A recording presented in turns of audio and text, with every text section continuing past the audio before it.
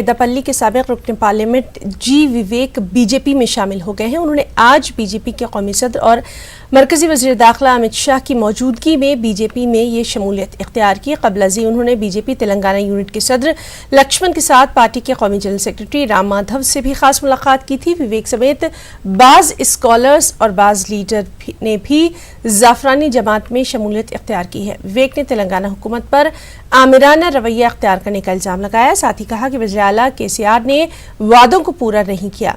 उन्होंने ये भी कहा कि क़ब्ल अज़ी पेद्दापल्ली की पार्लिमानी नशिस्त का उनको टिकट देने का वादा करने वाले वज़ीर आला ने अपने वादे से इन्हराफ किया। तेलंगाना को रियासत बनाने के लिए चलाई गई तहरीक में सरगर अमल लीडरान को नज़रअंदाज किया जा रहा है। वाज़ेह है कि विवेक साबिक मरकजी वज़ीर और कांग्रेस के सीनियर लीडर आंजेहानी वेंकट स्वामी के फर्जंद हैं। వివేక్ గారు మరి భారతీయ జనతా పార్టీలో చేరడానికి ముందుకు రావడము నేను కేంద్ర మంత్రిగా మనస్ఫూర్తిగా వారికి స్వాగతం పలుకుతా ఉన్నాను। వివేక్ గారి నాయకత్వంలో ఖచ్చితంగా భారతీయ జనతా పార్టీ తెలంగాణలో మరింత ముందుకెళ్తుంది। అన్ని వర్గాల ప్రజలను భారతీయ జనతా పార్టీ ఈరోజు బీజేపీలో చేర్చుకునేటువంటి ప్రయత్నం చేస్తుంది।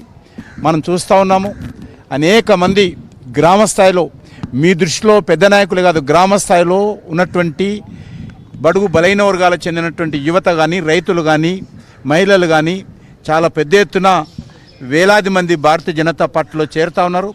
ఖచ్చితంగా వివేక్ గారి రాక భారతీయ జనతా పార్టీకి మరింత ఊతమిస్తుంది।